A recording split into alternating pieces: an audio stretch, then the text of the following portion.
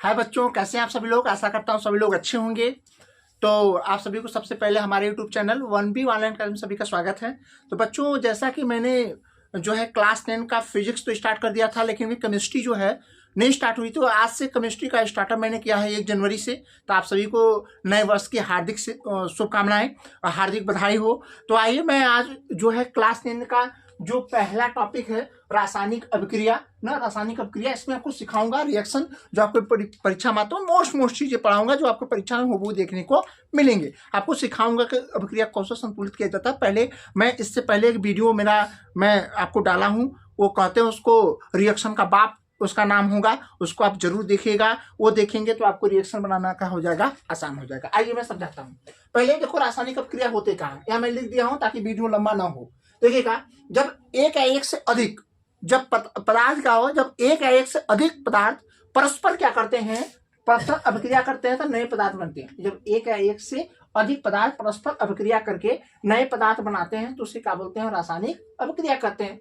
या वो कहते हैं वे रासायनिक अभिक्रिया जिसमें पदार्थों के संगठन मतलब कंपोजिशन, जिसमें कई सारे पदार्थ मिले हों, उनके गुण, उनकी क्वालिटी और उनकी संरचना में परिवर्तन होता है तो उसे हम क्या बोलते हैं, रासायनिक अभिक्रिया कहते हैं। यानी उसका संगठन, उसके गुण, उसका संरचना में परिवर्तन होता है तो उसको क्या बोलते हैं, रासायनिक अभिक्रिया कहते हैं। याद रखिएगा बच्चों, रासायनिक अभिक्रिया जो होता है, केमिकल रिएक्शन दो प्रकार का होता है। एक नाभिकीय अभिक्रिया होता है, एक रासायनिक अभिक्रिया होता है। याद रखिए, दो प्रकार के होते हैं। एक रासायनिक अभिक्रिया होता है, एक कौन सा अभिक्रिया होता है, एक नाभिकीय अभिक्रिया होता है। तो हमने कहा कि नाभिकीय अभिक्रिया और रासायनिक अभिक्रियाओं में से देखिए, नाभिकीय अभिक्रिया क्या होता है, इसमें परमाणुओं का स्वरूप क्या होता है, चेंज हो जाता है। इसमें परमाणुओं का स्ट्रक्चर, यानी कह सकते हैं इसका स्वरूप ही चेंज हो जाएगा, इसका स्ट्रक्चर ही चेंज हो जाएगा।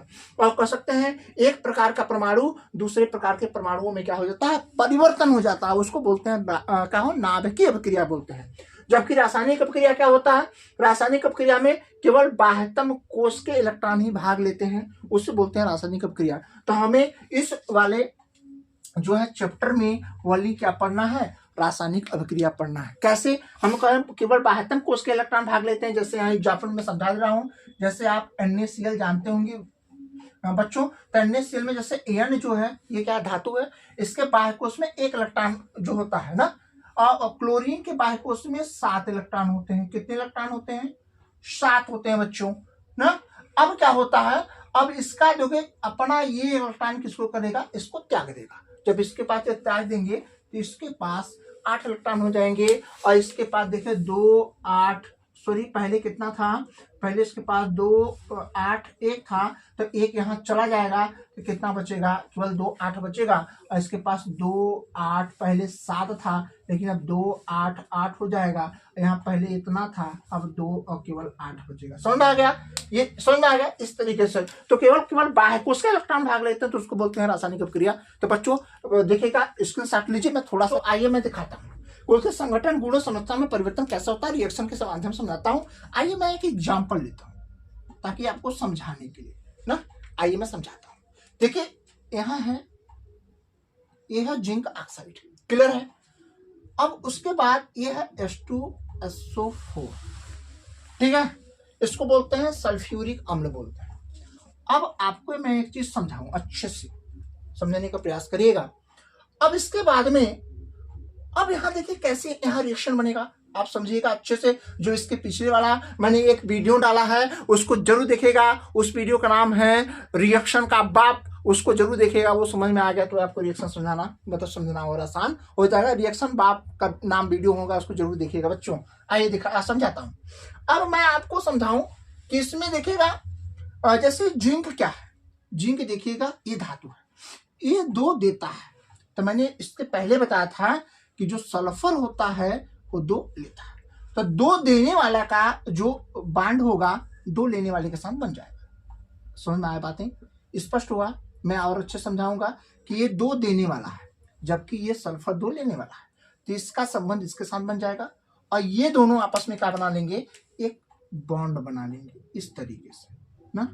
तो बॉन्ड बना लेंगे तो यहाँ बन जाएगा बच्चों क्या, यहाँ बन जाएगा H2O बन जाएगा। अब देखिएगा, जो 2 देने वाला और 2 लेने वाला आपस में मिल जाएंगे तो बना लेंगे का जिंक सल्फेट।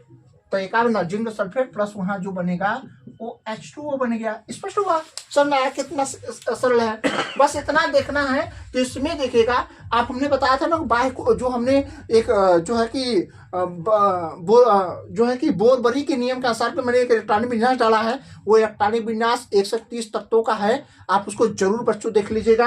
आपको रिएक्शन में ना सिखा दूं तो आपको कहना वादा करता हूं कि आपको सबको, कमजोर से कमजोर लोगों को मैं रिएक्शन समझा दूंगा, केवल आप यहाँ देखेंगे तब। स्पष्ट समझ में आ गया?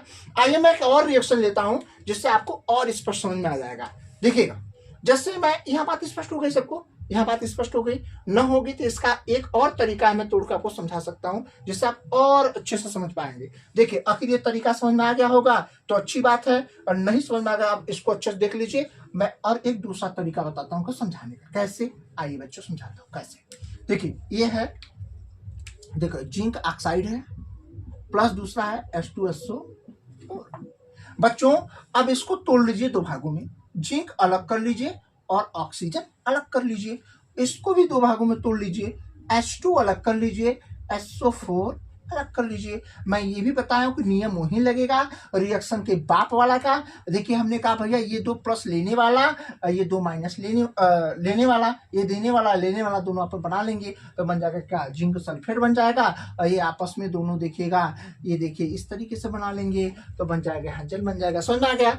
ये आप स्क्रीनशॉट ले लीजिए। मैं फिर एक उदाहरण आपको समझाता हूँ जो आपके दिमाग में अच्छे से बैठ जाएगा। आइए समझाता हूँ, एक एग्जाम्पल मैं और लेता हूँ अच्छे से। देखिएगा, मैं सब समझाऊंगा अच्छे से बच्चों। जैसे हमने कहा यहाँ मैग्नीशियम है, क्या हो गया? मैग्नीशियम। अब प्लस यहाँ देखिएगा मैग्नीशियम, अब देखिएगा यहाँ है 2HCl। मैं क्यों 2 लिया तो इसको मैं समझाऊंगा पहले अच्छे से। अब देखिएगा एक चीज और मैं बता दूं कि अब ये रिएक्शन यहाँ कैसे बनेगा। अब देखो यहाँ समझाता हूँ बच्चों। मैं आपसे बताया था कि जो Cl होगा ये केवल एक ले सकता है ना, केवल एक ले सकता है। और जो मैग्नीशियम मैंने बताया कि मैग्नीशियम ये इसके बाह्यकोश में 2 इलेक्ट्रॉन एक्स्ट्रा होते हैं तो ये 2 ही दे सकता है। मैंने कहा कि मैंने एक वीडियो डाला है रिएक्शन के बाप वाला, उसको आप देख लीजिएगा, ठीक है। अब इसको जो देने वाला होता है तो 2 लेने वाला भी होना चाहिए। तो पहले इसको तोड़िए, इसको तोड़ेंगे तो 2 एकम 2 क्या होगा? H हो जाएगा, और 2 एकम 2 क्या होगा? क्लोरीन हो जाएगा बच्चों। अब देखिए बच्चों, ये 2 क्लोरीन है और ये क्या है? ये मैग्नीशियम। मैग्नीशियम 2 देने वाला है और जबकि क्लोरीन 2 लेने वाला है। जब बच्चों ये देखिएगा ये मैग्नीशियम इधर आएगा तो मैग्नीशियम वैसे ही लिखेंगे बच्चों। और देखिए रिएक्शन के पहले यदि इस तरीके से है 2Cl है तो हर जाने के बाद इसको Cl2 ऐसे लिखा जाता है तो इसको Cl2 हो जाएगा। यानी आप देखिए बच्चों, ये 2 देने वाला है, ये 2 लेने वाला है और बचा H2। यदि यहाँ इस प्रकार से है तो इधर जाएगा तो क्या हो जाएगा? H2 हो जाएगा, प्लस यहाँ इस प्रकार से हो गया। तो बच्चों आपको समझ में आया? यदि आपको समझ में आ गया होगा, इस तरह समझ में आ गया तो हमारे वीडियो को लाइक करिएगा, कमेंट करिएगा और चैनल को सब्सक्राइब करिएगा और वीडियो को ज़्यादा से ज़्यादा लोगों के पास शेयर करिएगा। मैं आपको अच्छे से बताऊंगा कल से अच्छे से। मैं नेक्स्ट वीडियो में आपको एकदम पूरी तरीके रिएक्शन का एक एक फंडा आपको समझ में आ जाएगा। आई बात समझ में? स्पष्ट करिएगा, हमारे वीडियो को ज़्यादा लोगों के पास शेयर करिएगा, ठीक है। हमारे वीडियो को देखने के लिए thank you so much. Skip मत करिएगा, सीखिएगा अच्छा।